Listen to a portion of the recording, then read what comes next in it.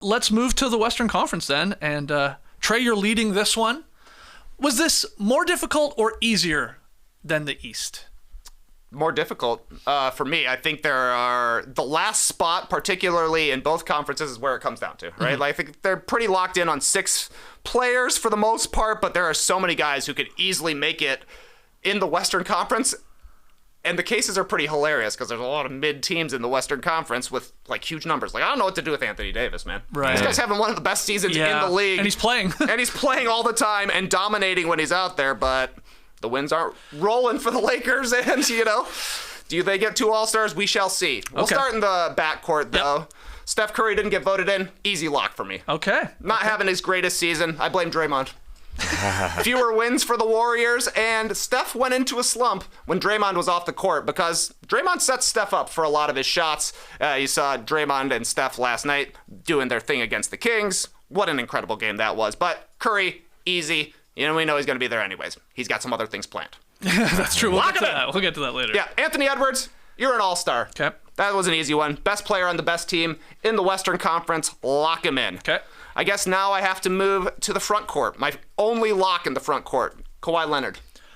I feel like there are so many front court There's guys a lot you of could good pick front from. court guys. Like, there's like a list of like 8 guys. So you're like, yeah, he could be there. You should throw 6 centers easily. Exactly. Okay, but you have Kawhi as a lock. Kawhi locked in.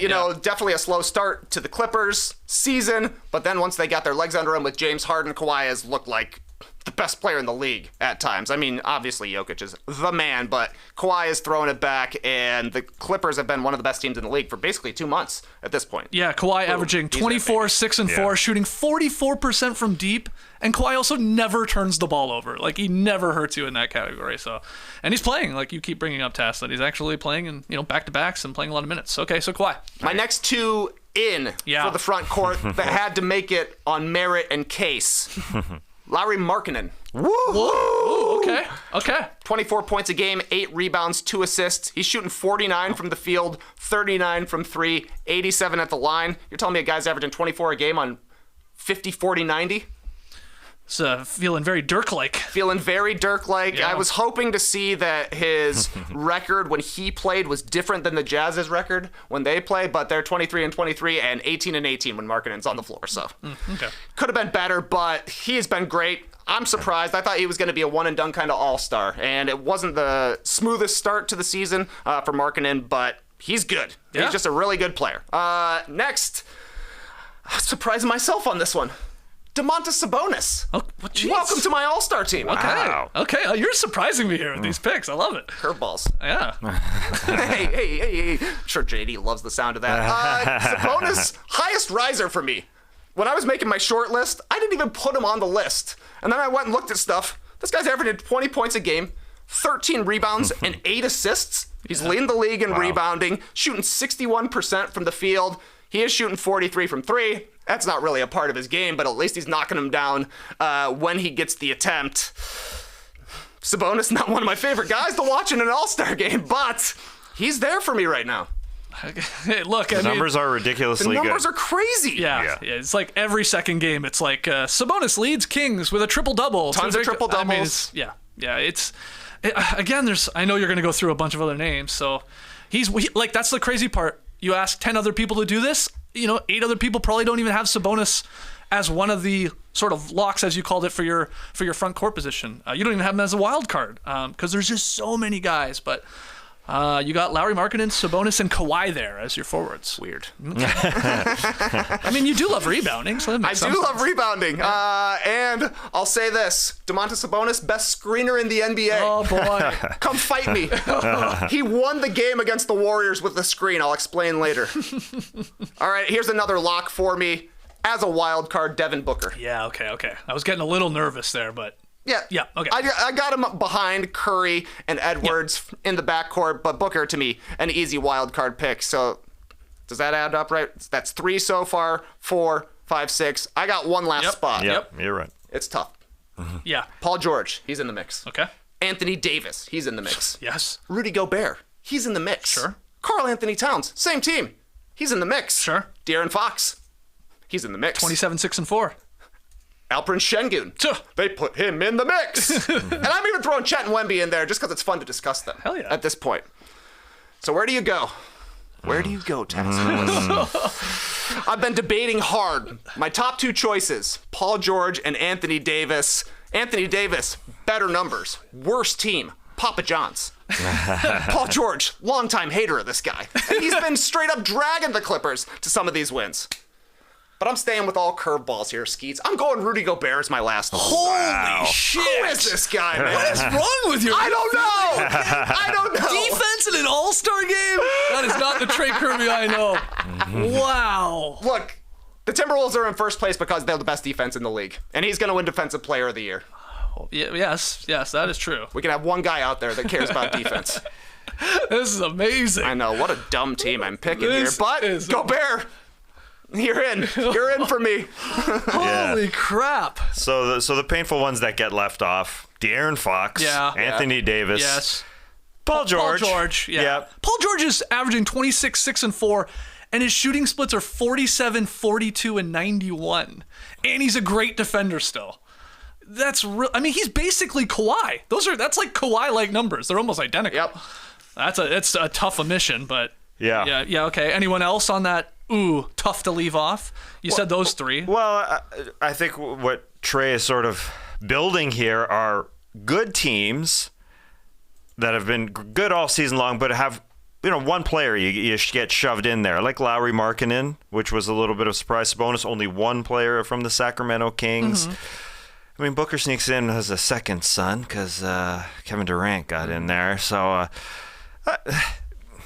but you didn't want Anthony Davis in there. It's a 500 team. I do want Anthony Davis. That's probably. I do really want him in there. Yeah. He's been so damn good. If they were 5 games over 500, I'd have him over Gobert, I think. Yeah. He's like 25, 12, and 4, and it's like arguably.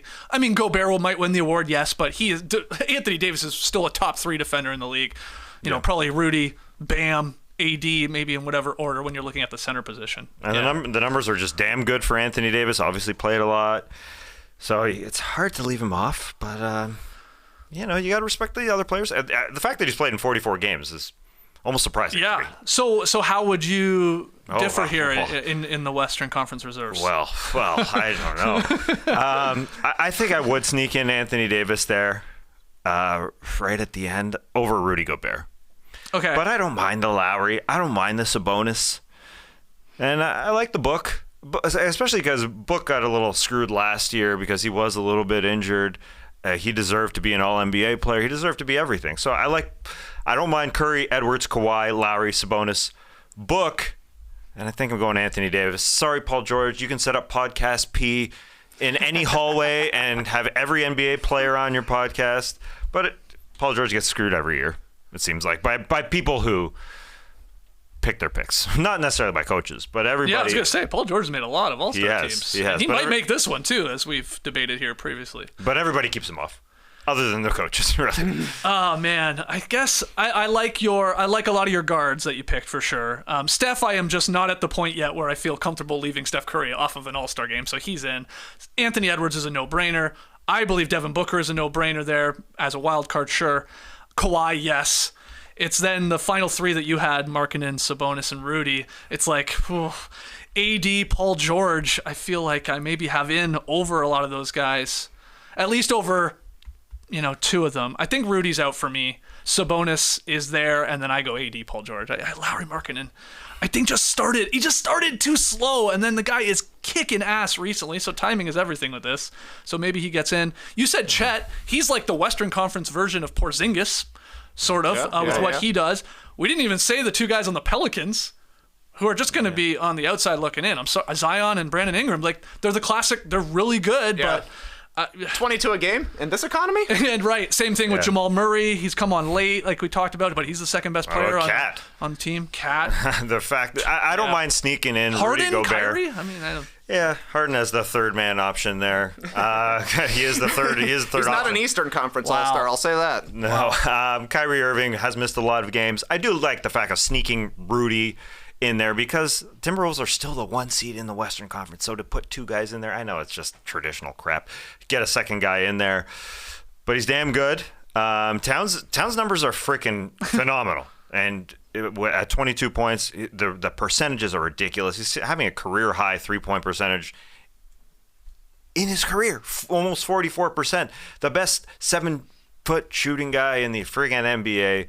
The problem is, though, if Ant's a no-brainer, which he seems to be for everyone, Yeah. and then it's like Cat or Rudy sort of cannibalize each other a little bit, I think. Definitely. And so then you're just left going, well, maybe I'll just leave them both off and go some other way, and some other guy that's deserving to. Yeah, it's tough. It's very, very difficult. I know people are sounding off here in the stream team.